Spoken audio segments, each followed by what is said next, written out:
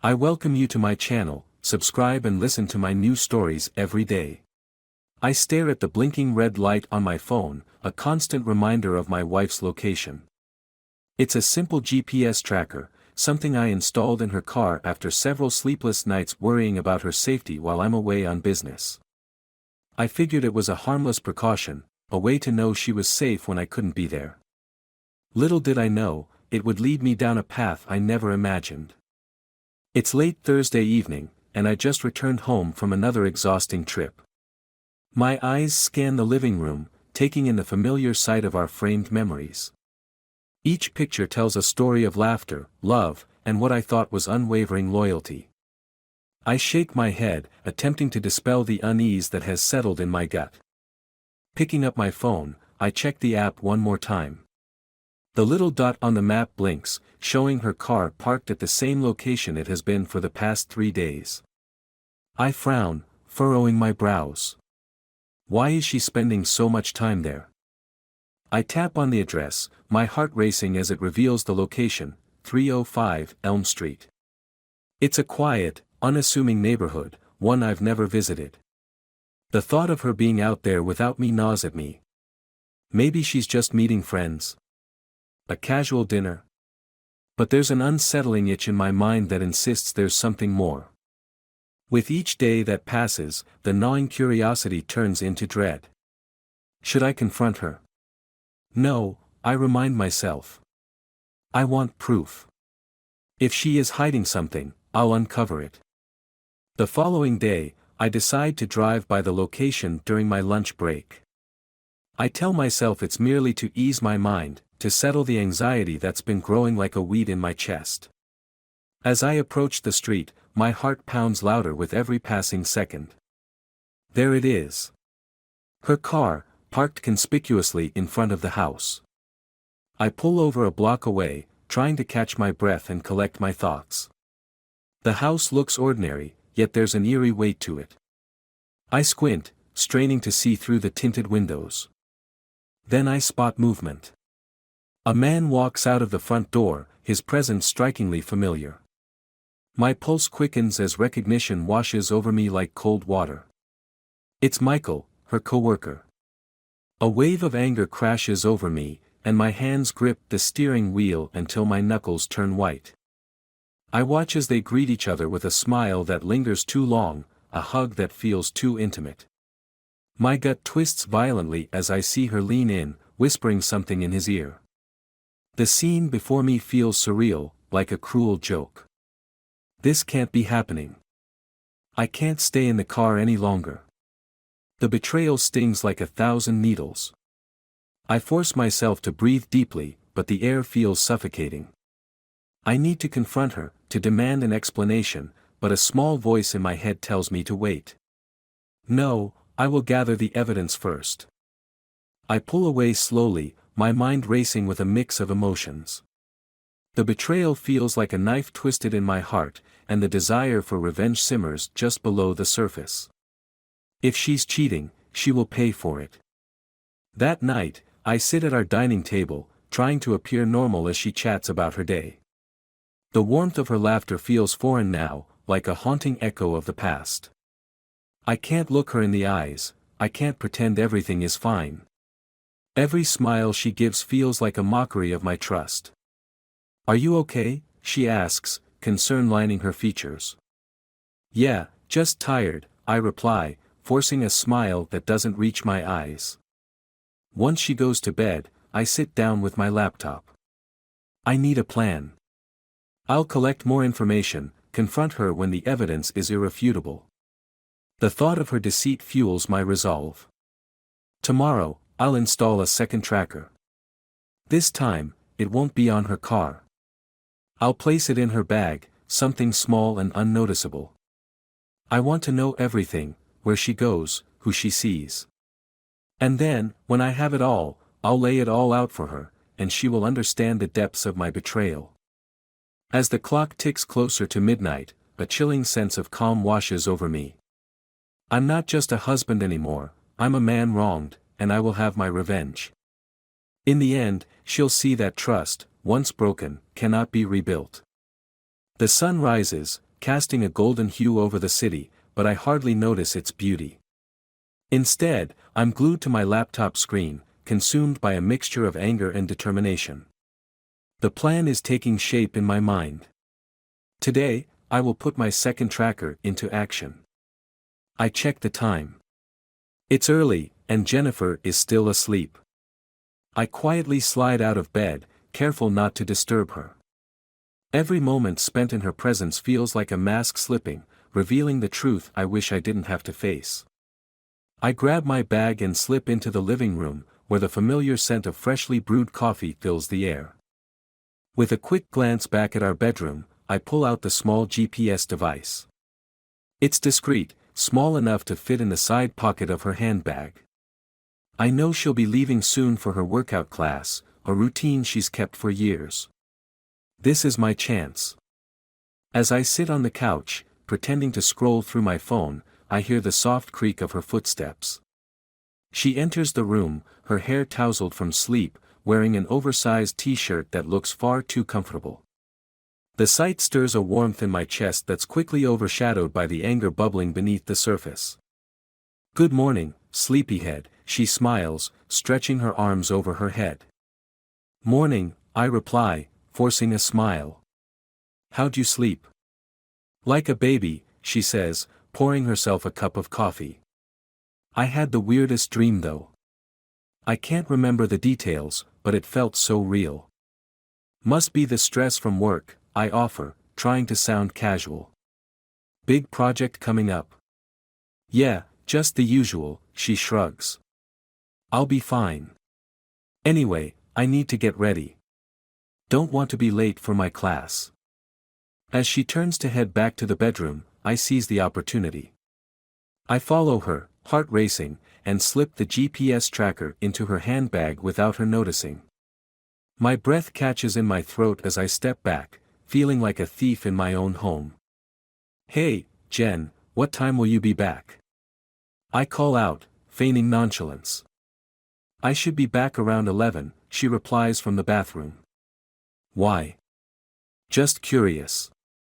I might have a few things to take care of," I lie, feeling the tension coil within me. "Alright, see you then," she calls, her voice slightly muffled. As she heads out the door, I watch her drive away, my stomach twisting into knots. This is it. I'm finally going to have the answers I need. Hours pass slowly as I pace the apartment, each minute stretching into what feels like an eternity.